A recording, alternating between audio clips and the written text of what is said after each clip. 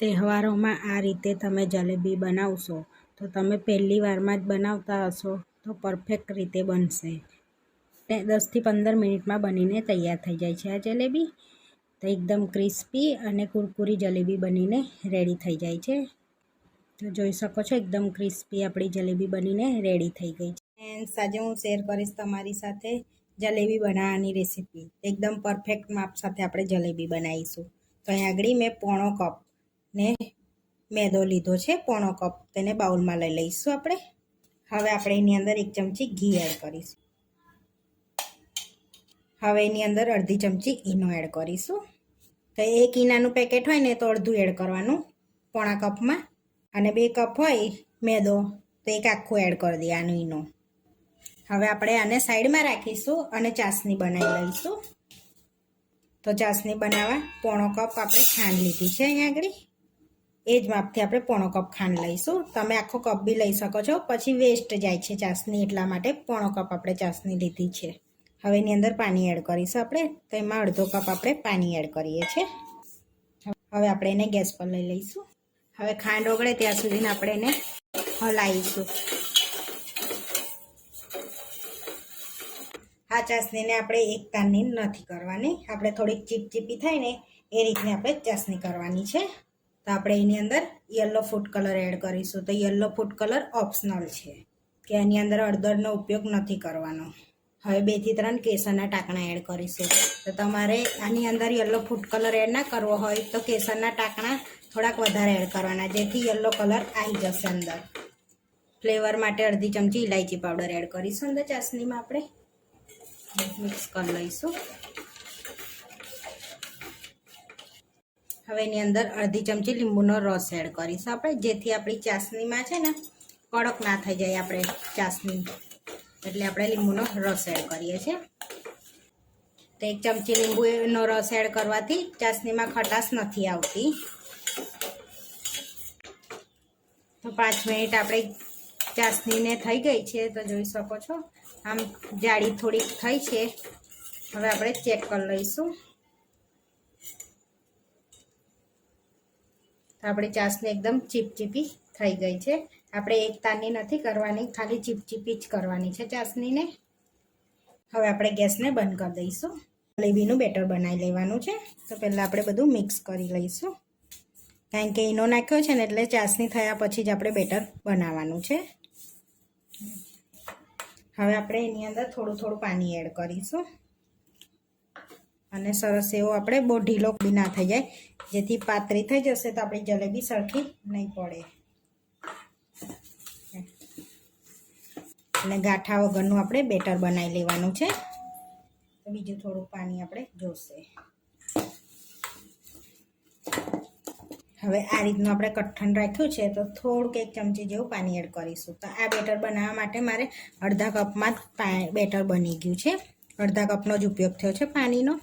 હવે સરસ એને આપણે ફેટીશું, જેથી હવાના કણ અંદર ભરાશે, એટલે આપણી જલેબી સરસ થશે. એટલે સરસ એને ફેટવાનું છે, જેથી ગાંઠો બી અંદર ના રહે. એ રીતનું ફેટીશું આપણે. આપણે 3 થી 4 મિનિટ થઈ ગઈ છે. તો સરસ આપણે ગાંઠા વગરનું બેટર સ્મૂથ તૈયાર થઈ ગયું છે, જોઈ શકો છો. તો આ રીતનું પડે ને એ રીતનું રાખવાનું. તમને એવું લાગે કે મારું ખીરું વધારે ઢીલું થઈ ગયું, તમે 1 થી 2 ચમચી મેદો ઉમેરી શકો છો. રેડી થઈ ગયું છે. તો હવે આપણે પહેલાં ઘી ગરમ કરવા મૂકી દઈશું. તો આપણે જલેબી બનાવવા માટે આ રીતનું સપાટ લેવાનું છે. હવે આપણે એની અંદર ઘી એડ કરીશું. તમે તેલમાં બી તળી શકો છો. અહીંયા મેં ઘી લીધું છે. તો ઘી આપણે બહુ નથી લેવાનું કે આખું ભરાઈ જાય એ રીતનું નથી લેવાનું. આગળ ઘી મેં આ રીતનું લીધું છે, બહુ વધારે નથી લીધું, માપનું ઘી લીધું છે. હવે ઘીને આપણે ગરમ થવા દઈશું. ત્યાં સુધી આપણે બેટરને ભરી લઈએ બેગમાં. તો આ જલેબીને મેં દૂધની કોથળીમાંથી પાડું છું. આ રીતનો ગ્લાસ લઈને બેગને પહેલાં અંદર આપણે રાખી લઈશું આ રીતની. હવે આપણે જે બેટર હતું ને એ એડ કરી દઈશું પોલિથીનમાં, ની કોથળી કરી દઈશું. હવે આપણે આ રીતનું બેટર ભરી લીધું છે અંદર. તો હવે ઉપર આપણે રબર બાંધી દઈશું, જેથી બેટર આપણું બહાર ના નીકળે. આ રીતનું રબર બાંધી દીધું છે મેં. હવે આપણે કાતરથી એને સહેજ આપણે કાપીશું, જે રીતે જલેબી પડે ને એ રીતનું આપણે આ રીતનું થોડુંક કાપીશું એને.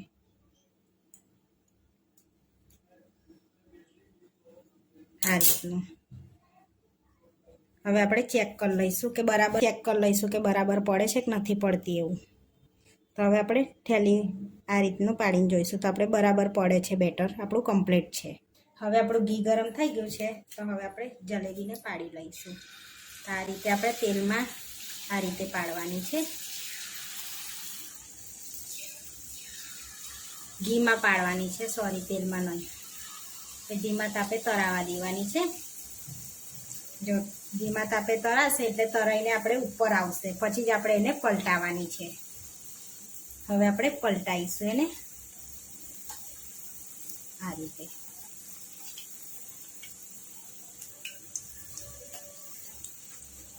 અને ધીમા તાપે સરસ એવી આપણે તરાવા દઈશું એને. હવે આપણે કડક થાય ને ત્યાં સુધીને આપણે તરાવા દઈશું. તો ધીમા તાપે જ આપણે એને તરાવા દેવાની છે. ફાસ્ટ ગેસે તરીશું તો એ અંદરથી પોચી રહેશે ને બહારથી લાલ પડી જશે. તો આપણી જલેબી સરસ એવી તરાઈને જોઈ શકો છો, ક્રિસ્પી લાગે છે. તો હવે આપણે એને કાઢી લઈશું પ્લેટમાં.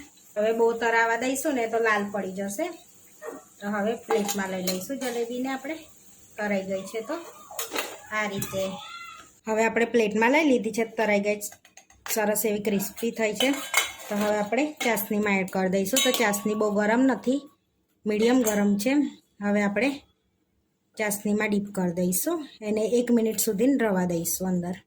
જલેબી ચાસણીને એબ્ઝોર્બ કરશે એટલે અંદરથી સરસ થશે એવી. હવે આપણે ચાસણીમાંથી કાઢી લઈશું. 1 મિનિટ થઈ ગઈ છે. તો હવે આપણે પ્લેટમાં લઈ લઈશું. તો